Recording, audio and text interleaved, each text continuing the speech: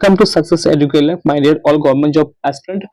আহ, আমি আজকের মধ্যে কিন্তু ক্লাসিপের ম্যাথের ক্লাস নিয়ে তোমাদের সামনে প্রেজেন্ট করে হাজির হয়েছি। আর এই ক্লাসটি খুবই ইম্পর্টেন্ট, তোমাদের আপকামিং ক্লাসটি মিসলিনিয়াস সব ক্ষেত্রে কিন্তু ইম্পর্টেন্ট। তো দেখো, তোমাদের কিন্তু প্রতিটি কোশ্চেন কিন্তু অ্যানালাইসিস করে দেওয়া হয়েছে, মানে শর্টকাট ট্রিক্স থেকে শুরু করে সবকিছু কিন্তু প্রোভাইড করা হয়েছে। তো কিন্তু অবশ্যই ওইভাবে হবে। আর ভিডিও শুরু করার আগে তোমাদের একটা রিকোয়েস্ট, তোমাদের নতুন অবশ্যই চ্যানেল অবশ্যই সাবস্ক্রাইব করে নোটিফিকেশন অন করে রাখবে প্রতিটি আপডেটের জন্য। ঠিক আছে, তো চলো শুরু করা যাক। মাঝে প্রথম কোশ্চেন, দুই সংখ্যার লসাগু বা এলসিএম 2079, গসাগু এইচএফসি 27 দেওয়া আছে, এবং একটি সংখ্যা দেওয়া আছে 189। তাহলে অন্যটি কত সংখ্যা বার করতে হবে? ঠিক আছে, তো এখানে দেখো, এখানে সিম্পলি একটি তো আমরা জানি যেটা যে LCM into HCF by first সংখ্যা। ঠিক আছে, তাহলে সময় আমরা অনুসন্ধান পেয়ে যাবো। এখানে আমরা দিয়ে দাও, এখানে আমরা যদি আমরা 2079 ইন্টু 27 বাই 189 দিয়ে গুণ করি, তাহলে 9 দিয়ে 3 9 27, এখানে 9 2 18, এখানে 21। আচ্ছা, এখানে 3 সাথে 21, 7 দিয়ে 14, আচ্ছা 7 9 63, 7 সাথে 49, অর্থাৎ 2 9 7 হচ্ছে আমাদের সঠিক অ্যান্সার। দেখো, বলছে 1936 থেকে সবচেয়ে ছোট কোন সংখ্যাটি বিয়োগ করতে হবে, যাতে 9 10 এবং 15 দিয়ে ভাগ করলে প্রতি ক্ষেত্রে 7 থাকবে অবশিষ্ট। ঠিক আছে, অর্থাৎ এই সংখ্যাটি 1936, এই সংখ্যা থেকে কত বিয়োগ করতে হবে, ঠিক আছে, যাতে 9 10 15 দিয়ে ভাগ করলে প্রতি ক্ষেত্রে 7 থাকে অবশিষ্ট, এরকম ভাগ করতে হবে। তো প্রথমে দেখো, প্রথমে কি করতে হবে, প্রথমে 9 10 9 10 আর 15 এলসিএম কত হবে? এলসিএম হচ্ছে 90। ঠিক আছে, 90, এবং এই 1936 কে যে আমরা ভাগ করি, ঠিক আছে, 90 দিয়ে ভাগ করি, তাহলে আমরা ভাগশেষ পাবো, ভাগশেষ পাবো 40, ভাগশেষ পাবো। ঠিক আছে, এবারে আমাদের এর মধ্যে কিন্তু 7 কিন্তু ইনক্লুড আছে, এর মধ্যে 7 আছে, 7 এর মধ্যে ইনক্লুড আছে। ঠিক আছে, এবার তাহলে আমাদের 46 থেকে 7 বাদ দিলে আমাদের হয় 39। এটা হচ্ছে অ্যান্সার। যে 4 এর 5 5 এর 6 হাতের 15, এদের লসাগু ও গসাগু কত হবে? অর্থাৎ এভাবে লিখলে হয় 4 এর 5 5 এর 6 আর 7 এর 15 লসাগু কত হবে, গসাগু কত হবে? প্রথমে এলসিএম মানে হচ্ছে এদের সবগুলির লবের লসাগু আর হরের গসাগু। ঠিক আছে, এইচসিএফ। তো আমরা প্রথমে যদি এলসিএম বার করি, তাহলে আমরা কি পাই, 4 5 এবং 7 এর লসাগু হচ্ছে আপনার 140, আর হরের গসাগু মানে 5 6 এবং 15, এদের গসাগু হবে 1, অর্থাৎ 140 হচ্ছে এলসিএম। ওকে, এবারে যদি আমরা গসাগু বার করি, তাহলে কি হবে, 4 5 এবং 7 এর গসাগু হচ্ছে 1, আর 5 6 এবং 15 15 6 30, অর্থাৎ 30 হচ্ছে আপনার লসাগু। ঠিক আছে, 1 এর 30 হচ্ছে এইচএফসি হচ্ছে আপনার 1/30, আর এলসিএম হচ্ছে 140 অ্যান্সার। ঠিক আছে, এটাই অ্যান্সার। আচ্ছা, এখন দেখো, 1 থেকে 201 পর্যন্ত সংখ্যার মধ্যে মোট বিজোড় সংখ্যা বা ওড সংখ্যাগুলির যোগফল কত? ঠিক আছে, মোট যোগফল বার করতে হবে। তো এখানে আমরা যেটা সত্য জানি যে বিজোড় সংখ্যার যোগফল হচ্ছে হাফ ইন্টু ওই সংখ্যাটি প্লাস 1 সূত্র। এখানে সূত্র ফেলে দেওয়া অঙ্কগুলি, তাহলে এখানে কি হবে, এখানে যেহেতু এখানে 201 হচ্ছে বিজোড় সংখ্যা, তাই আমরা কি লিখবো, এখানে হাফ ইন্টু করলে এটি করলে হয় 202 সমান।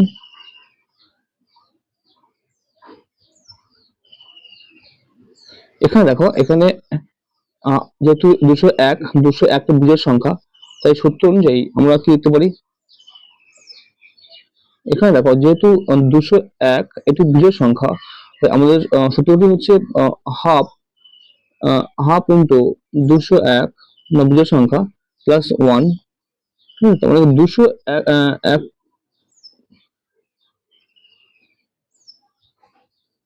1 থেকে 201 পর্যন্ত সংখ্যার মধ্যে মোট বিজোড় সংখ্যা বা ওড সংখ্যাগুলির যোগফল কত। ঠিক আছে, তো আমরা কোন সংখ্যা থেকে কোন সংখ্যা পর্যন্ত আমাদের বিজোড় সংখ্যা বার করার সূত্র হচ্ছে যেহেতু এটা বিজোড় সংখ্যা তাই তাই হাফ হাফ ইন্টু ওই বিজোড় সংখ্যা অর্থাৎ 201 প্লাস 1 সমান এখানে কিন্তু আমরা পাচ্ছি 101টি কিন্তু বিজোড় সংখ্যা আছে। ঠিক আছে, এবারে প্রথম 100 মানে 101টি বিজোড় সংখ্যা যে যোগফল সূত্র কি না 100 ওই সংখ্যার স্কোয়ার কিন্তু হবে। ঠিক আছে, তো ওই সংখ্যাটা স্কোয়ার করলে আমরা আমরা কিন্তু সাম পেয়ে যাবো, অর্থাৎ এটি স্কোয়ার করলে আমরা পাবো 10,201।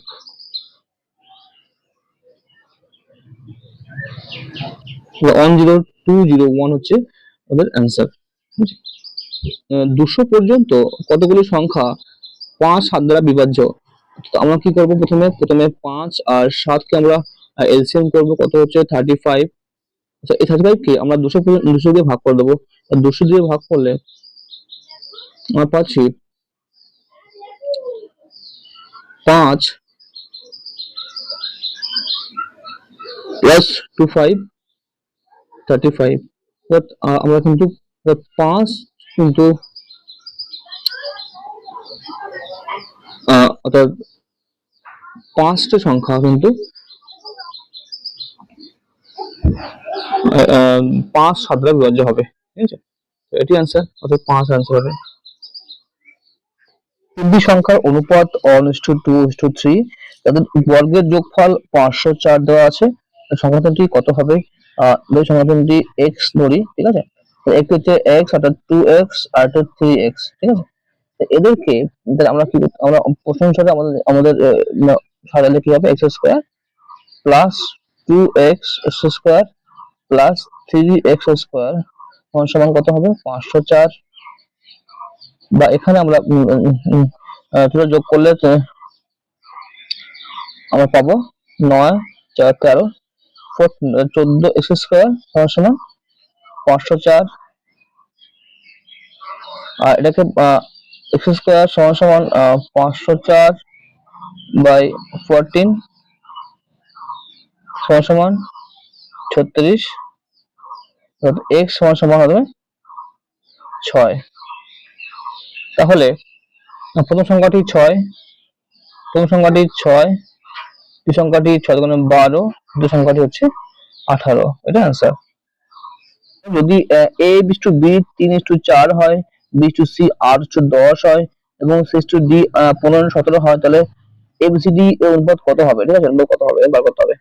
এখানে দেখো, এখানে একটি লং সূত্র আছে।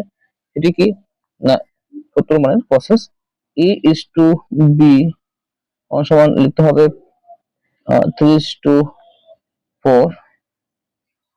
আচ্ছা, b is to c সমান লিখতে হবে 8:10। আর c is to d লিখতে হবে 15:17 বা 17। এখন যদি আমরা এইভাবে করি, প্রথমে এই সংখ্যাগুলি গুণ করতে হবে। আচ্ছা, 3 ইন্টু 8 বা 3 ইন্টু 8 ইন্টু 15 ইস টু, তারপরে 4 8 এবং 15 গুণ করতে হবে। 4 ইন্টু 8 ইন্টু 15 ইস টু, তারপরে 4 10 এবং 15 গুণ করতে হবে। 4 ইন্টু 10 ইন্টু 15 ইস টু,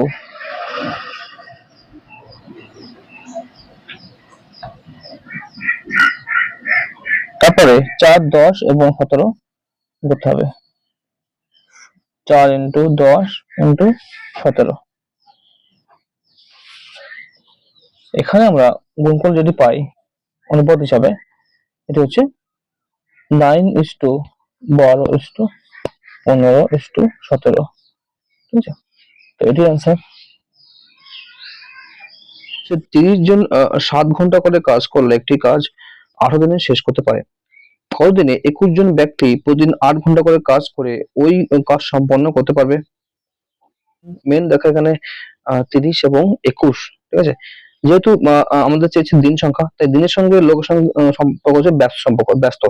তাই আমরা পরেরটা প্রথমে লিখবো, তাই 21 লিখবো ফার্স্ট, 21:30। ঠিক আছে, আচ্ছা, তো এখানে আমরা কি করবো, ইকুয়াল টু আমাদের দিন চেয়েছে 18, তাহলে 18 প্রথমে ছিল, তারপরে কত সংখ্যা কতবার করতে হবে। ঠিক আছে, আমাদের কিন্তু শেষটা বার করতে হবে। আচ্ছা, এবারে এখানে কিন্তু ঘন্টার সঙ্গে দিনের সম্পর্ক ব্যস্ত, তাই তাই 8 ঘন্টাটা আগে লিখবো, অর্থাৎ 8 লিখবো এখানে, 8:7, 7টি কিন্তু পরে লিখবো। এবারে আমাদের কাজ শেষ, এবারে আমাদের কিন্তু ক্যালকুলেশন করতে হবে। এখানে অতএব আমাদের রিকোয়ার্ড যে দিন সংখ্যা সেটা আমরা পাবো। প্রথমে 30, অর্থাৎ 30, প্রথমে লিখবো 18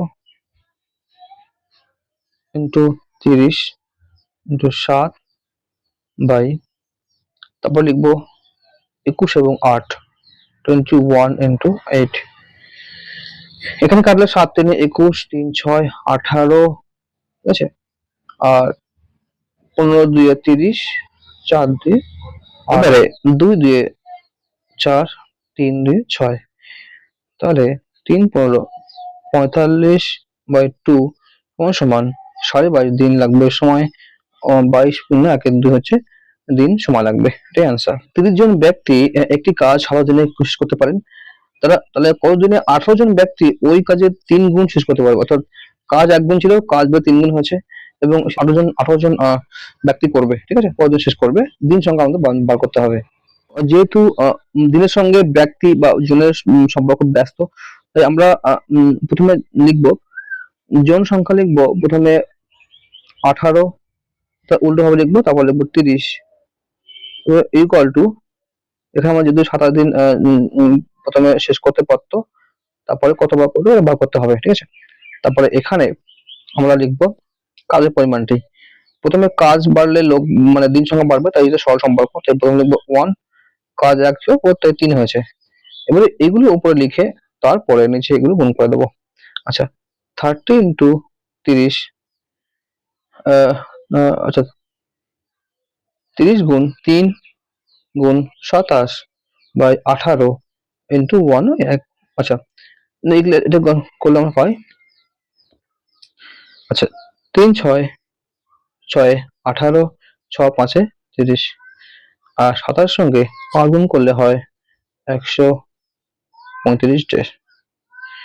135 গুণে শেষ করতে পারবে, এটা অ্যান্সার। দেখো, একজন ক্রিকেটার 10 ইনিংসে শেষ করেছে, তার গড় রান 21.5। পরবর্তী ইনিংসে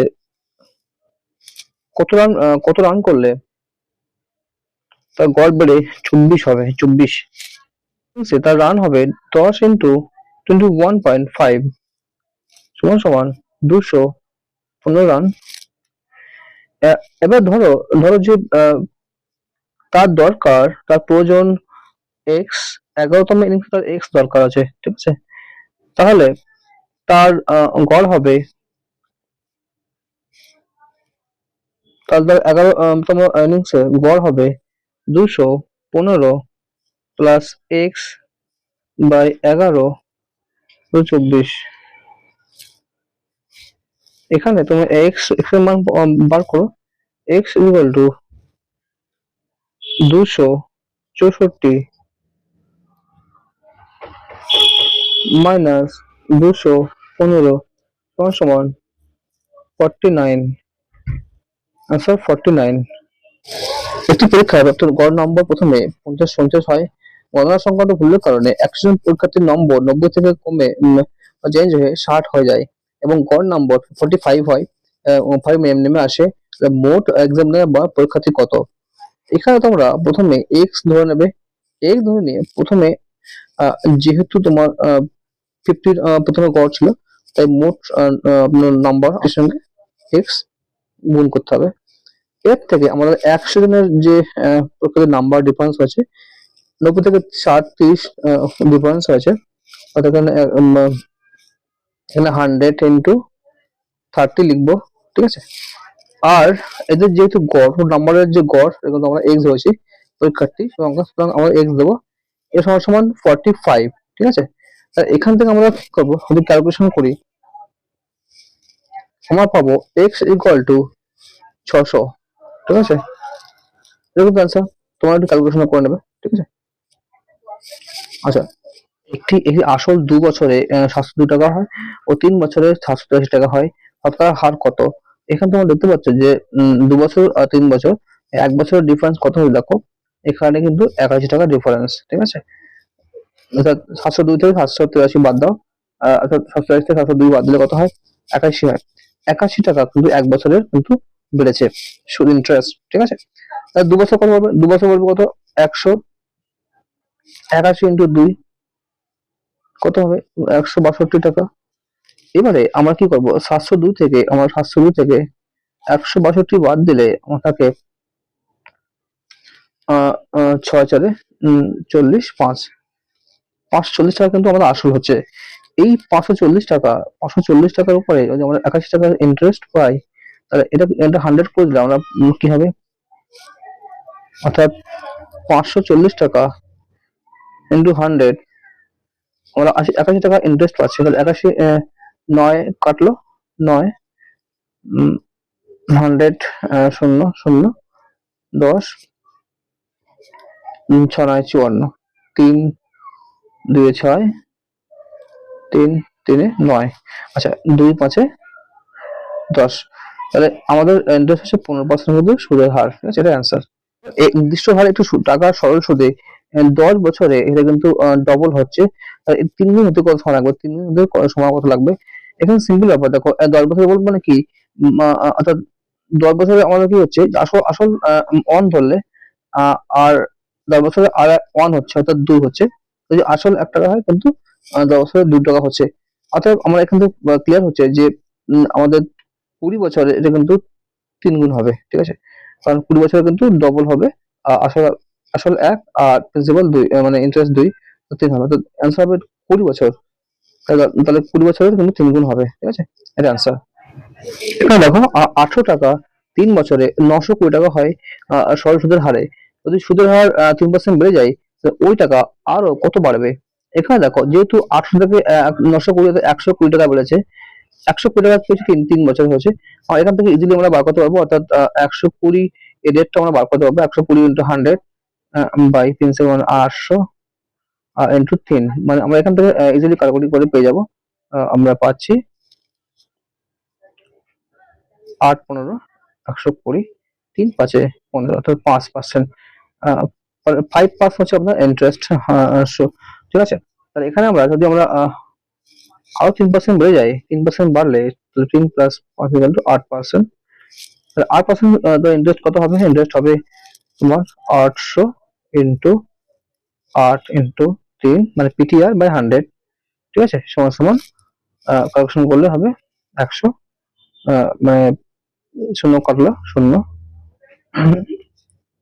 8 64, 3 64, 192, ঠিক আছে, এটি আনসার। নেক্সট কোশ্চেন, কত বছরে 1200 টাকা বেড়ে 1323 টাকা হবে? 5% বা 5% রেটের সুদে বা কম্পাউন্ড ইন্টারেস্টে 1323 equal to 1200 into 1 plus 5 by 100, এটা টি, যেহেতু টি বলেনি টি লিখতে হবে। তাহলে আমরা লিখতে পারি যে 1323 বাই 1200 ইকুয়াল টু 21 বাই 20, ঠিক আছে, 5 দিয়ে কাটলে 21 বাই 20, 80, ঠিক আছে। আচ্ছা, তাহলে আমরা 3 দিয়ে 1200 এবং 1323 কে যদি আমরা 3 দিয়ে কাটাকুটি করি, তাহলে কি হবে, যে 400 উভয় হবে 441 ইকুয়াল টু 21/20 এর টি, অথবা 21/20 আমরা 400কে ভাঙলে স্কোয়ার করলে বড় করলে 20 হয়, আর 421কে বড় করলে হয় 21। তাহলে 21 স্কোয়ার ইকুয়াল টু 21/20 টি। তো বুঝতে পারছো, তবে অ্যান্সার হবে টি মানে এখানে টি মানে হচ্ছে 2 বছর, আনসার হবে 2 বছর। ঠিক আছে, এদিকে একজন ব্যবসায়ী একটি টাকা ব্যবসায় লাগান এবং বছরে 25% হারে লাভ করেন। 3 বছর শেষে তিনি 10,000 টাকা সুদে আসলে টাকা পান এবং তার তাহলে আসল কত ছিল? অর্থাৎ তিনি জানি না তিনি কত লাগিয়েছেন, মনে করি এক্স টাকা লাগিয়েছিলেন এবং 25% সুদের হারে, আর 3 বছরের জন্য। ঠিক আছে, তাহলে সুদ আসলে পেয়েছেন কত? 10,000 টাকা। আচ্ছা, তো আমরা এখানে ধরে নিচ্ছি এক্স টাকা আসল।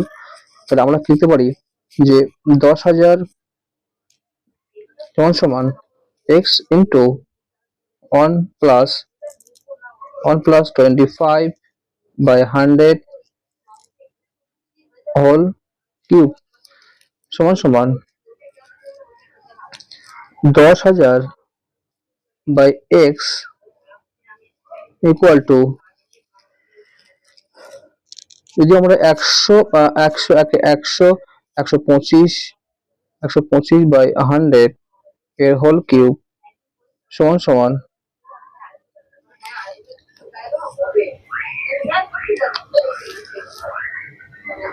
125, 100 কাটা তোমরা কেটে দিই, তাহলে কিন্তু 25 দিয়ে কাটলে 5 এর 4 এর হোল কিউব।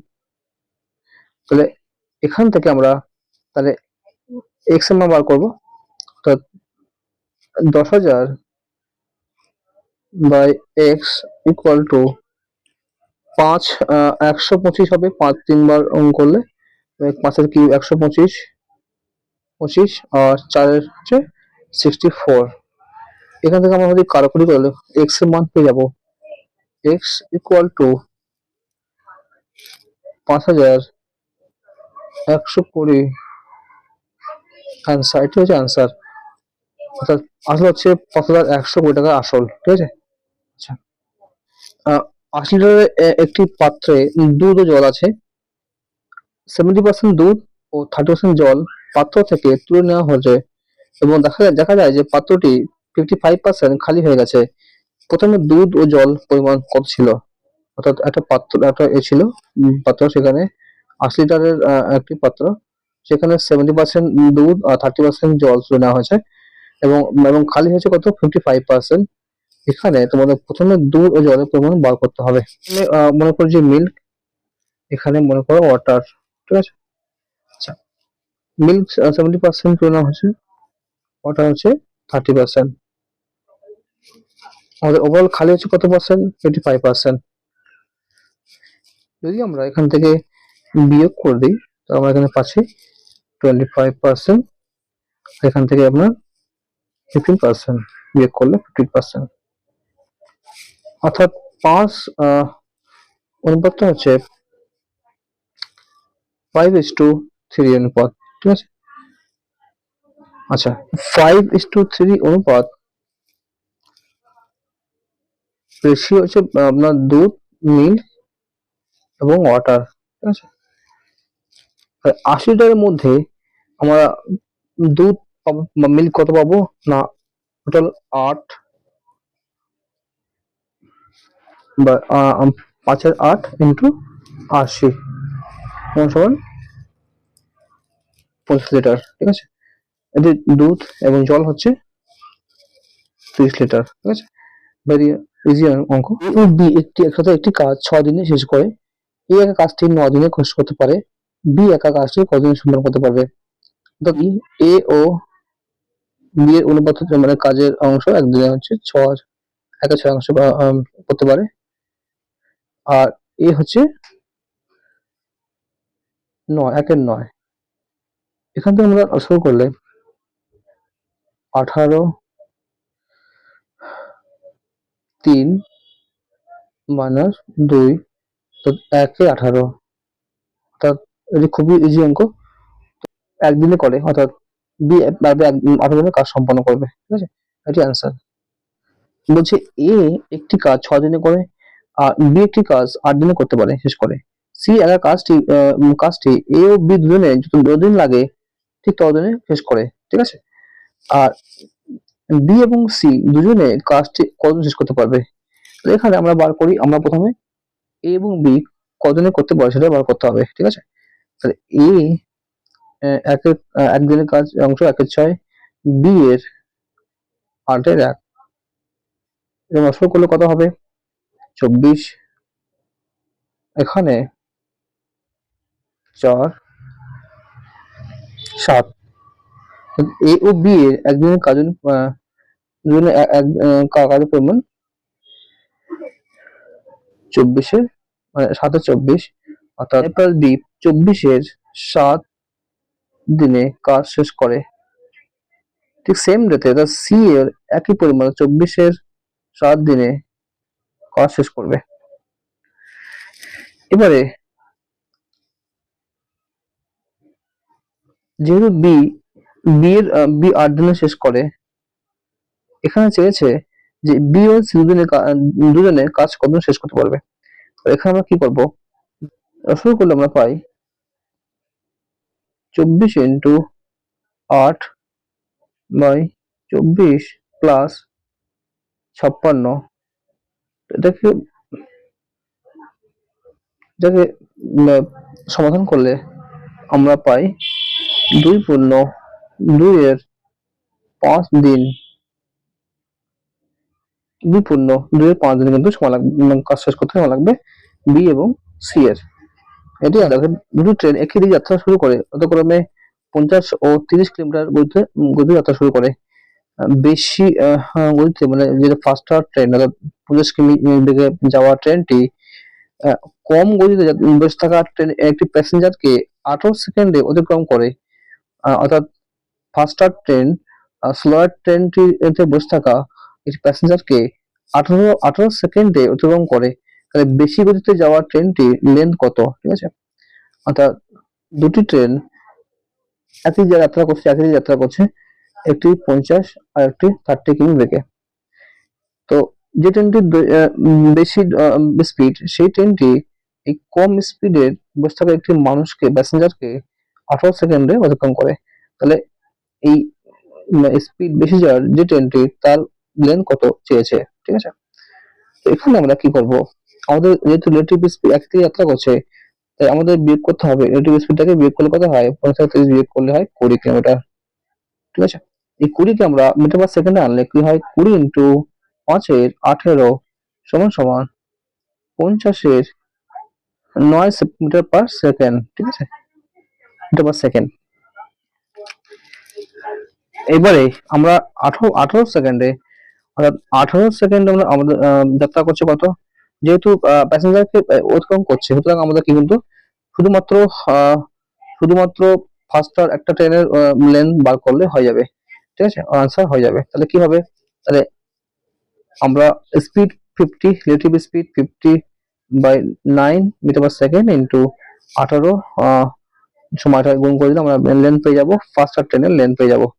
এখানে 9 2 18 2, তো 100 মিটার হচ্ছে আমাদের ফাস্টার ট্রেনের লেন্থ। এই হলো আনসার, ঠিক আছে? একটি নৌকার স্রোতের বিপরীতে 40 কিমি যায় 8 ঘন্টায় এবং 36 কিমি স্রোতের দিকে যায় 6 ঘন্টায়। তো স্থির জলে নৌকার গতি কত মিটার? অর্থাৎ একটি নৌকা সে কিন্তু স্রোতের বিপরীত যাচ্ছে 40 কিলোমিটার পার ঘন্টা 8 ঘন্টায়, এবং আহ এবং 36 কিলোমিটার যায় 6 ঘন্টায়। স্থির জলের নৌকা গতি চেয়েছে। আপ স্ট্রিমে যাচ্ছে 8 ভাগ করলে 5 কিলোমিটার পার আওয়ার, এবং ডাউনে যাচ্ছে 6 কিলোমিটার আওয়ার। মানে স্থির জলের বোর্ডের সূত্র হচ্ছে আপ এবং ডাউনের যোগফল 2 ভাগ করে দিতে হবে। তাহলে 5 প্লাস 6 বাই 2 সমান সমান 5.5 কিলোমিটার পার ঘন্টায় কিন্তু গতিবেগে অর্থাৎ স্থির জলের নৌকা গতি হচ্ছে 5.5 কিমি/ঘন্টা। একটি নৌকা স্থির জলের গতি হচ্ছে 6 কিলোমিটার/আওয়ার, স্রোতের গতি হচ্ছে 1.5 কিলোমিটার/আওয়ার। এক ব্যক্তি নৌকা করে 22.5 কিলোমিটার একবার গিয়ে ফিরে আসতে কত সময় লাগবে? আপৃষ্ঠ মতো স্রোতের বিপরীতে গতি হচ্ছে আহ, 6 থেকে 1.5 বা 4.5 কিলোমিটার/আওয়ার। তো 22.5 কিমি 4.5 দিয়ে ভাগ করলে হয় 5 ঘন্টা। অর্থাৎ আপস্ট্রিমে যেতে সময় লাগবে, অর্থাৎ স্রোতের বিপরীত দিকে সময় লাগবে 5 ঘন্টা। এবং দেখি ডাউন স্ট্রিমে কত যায়। তো ডাউন স্ট্রিমে গতি হচ্ছে যেহেতু প্লাস, অর্থাৎ 6+1.5 7.5 কিলোমিটার/আওয়ারে ডাউনে যাচ্ছে। তাহলে 22.5 কিলোমিটার 7 দিয়ে ভাগ করলে 3, অর্থাৎ মোট 3+5 ডাউন প্লাস আপের সঙ্গে 8 ঘন্টা সময় লাগবে। আচ্ছা 8 ঘন্টা। ঠিক আছে। সমচতুর্ভুজের বাহুর দৈর্ঘ্য 2 মিটার হলে তার এরিয়া ক্ষেত্র মানে এরিয়া কত? ঠিক আছে, এরিয়া কত? আমরা জানি যে সমচতুর্ভুজের ক্ষেত্র হচ্ছে √3/4 ইন্টু বাহু স্কোয়ার। আমরা এখানে লিখে দিতে পারি √3/4 ইন্টু 2 স্কোয়ার 4, 4 কাটলে √3 হচ্ছে তার এরিয়া, আনসার √3। একটি বর্গক্ষেত্রের বাহুর দৈর্ঘ্য 10% বাড়ানো হয়, এটি আয়তক্ষেত্র এটি ক্ষেত্রফল কত পার্সেন্ট বাড়বে? তো আমরা এখানে যেহেতু বর্গক্ষেত্রের বাহু স্কয়ার করতে হয়, তাহলে বাহু ইন্টু বাহু করতে হয়। অর্থাৎ আমরা যে ফর্মে আমরা অঙ্কটা করবো সেটা হচ্ছে 10 প্লাস 10 প্লাস 10 ইন্টু 10/100। অর্থাৎ আমরা কিন্তু 20+1 21% কিন্তু বাড়বে। ঠিক আছে, 21% কিন্তু এরিয়া ক্ষেত্রফল বাড়বে। ঠিক আছে, এটি অ্যান্সার। বলছে 1 টাকায় 30টি লেবু কিনে কটি বিক্রি করলে, টাকা 1 টাকায় 30টি লেবু কিনেছে। ঠিক আছে, তো 1 টাকায় কত লেবু বিক্রি করলে তার 25% লাভ হবে। ঠিক আছে, এখানে 1 টাকায় 30টি লেবু বিক্রি কিনেছে। ঠিক আছে, 1 টাকায় আমাদের 30টির আরো কম কিন্তু বেচতে হবে। তাই আমরা একটি ফর্মুলা ইউজ করবো। তো 30 ইন্টু 100/125, যেহেতু 20% লাভ হচ্ছে তাই আমরা এখান থেকে পেয়ে যাবো সমান 30 ইন্টু 4/5, কাটাকুটি করলে 4/5, তো সমান 5×6=30, 24টি, অর্থাৎ 24টি বিক্রি করলে কিন্তু 30% লাভ হবে। এটি অ্যান্সার, শর্টকাটে একটু করা যায়। ঠিক আছে, এটি অ্যান্সার। একটি কলম, ঠিক আছে, একটি কলম বি কে 20% লাভে এবং বি সেটিকে সি কে দেয় 10% লাভে এবং সি সেটিকে ডি কে দেয় বিক্রি করে 12.5%। যদি ডি 14.85 টাকায় কিনে নেয়, তাহলে এ সেটি পেনটি কত দামে কিনেছিল। ঠিক আছে, এটা আমাকে বার করতে হবে। আচ্ছা, প্রথমে কি লিখবো? ডি টোটাল কস্ট দিয়েছিল, কস্ট মানে দাম দিয়ে সেটা যে 14.85 টাকা দিয়ে কিনেছিল। ঠিক আছে, আমরা ডিরেক্টলি কি করবো? ডিরেক্টলি সি ডি কে দিয়েছিল 12.5, অর্থাৎ আমরা 100 যোগ করবো, অর্থাৎ 100/112.5 into 100 by B C K বিক্রি করেছিল 10%, 110, আর 20% লাভে বি কে বিক্রি করেছিল, অর্থাৎ 100/120। তো যদি আমরা এটাকে কাটাকুটি করি তাহলে দেখতে পাবো আমাদের অ্যান্সার আসছে 10, অর্থাৎ এ পেনটি 10 টাকায় কিনেছিল। ঠিক আছে ফ্রেন্ডস, এই ছিল আজকে তোমাদের ম্যাথের ক্লাস। তোমাদের কিন্তু আপকামিং ক্লার্কশিপ, মিসেলিনিয়াস, রেলের সব ক্ষেত্রে কিন্তু খুব ইম্পর্টেন্ট। আমি এভাবে তোমাদের পাশে থাকবো, গাইড করে যাবো। আর তোমাদের ছোট্ট রিকোয়েস্ট করবো, যারা এই চ্যানেল নতুন তারা অবশ্যই সাবস্ক্রাইব করবে, নোটিফিকেশনটি অন করে রাখবে, যাতে যখনই কোনো ভিডিও আপলোড করবো আমার জন্য তোমাদের কাছে সবার আগে পৌঁছাবে। তো তোমাদের প্রিপারেশনে অনেক অনেক হেল্প হবে আশা করি। তো আজকে এখানেই, তোমরা ভালো থাকবে, সুস্থ থাকবে, দেখা হবে কোনো পর ভিডিওতে। Thank you for all, thanks.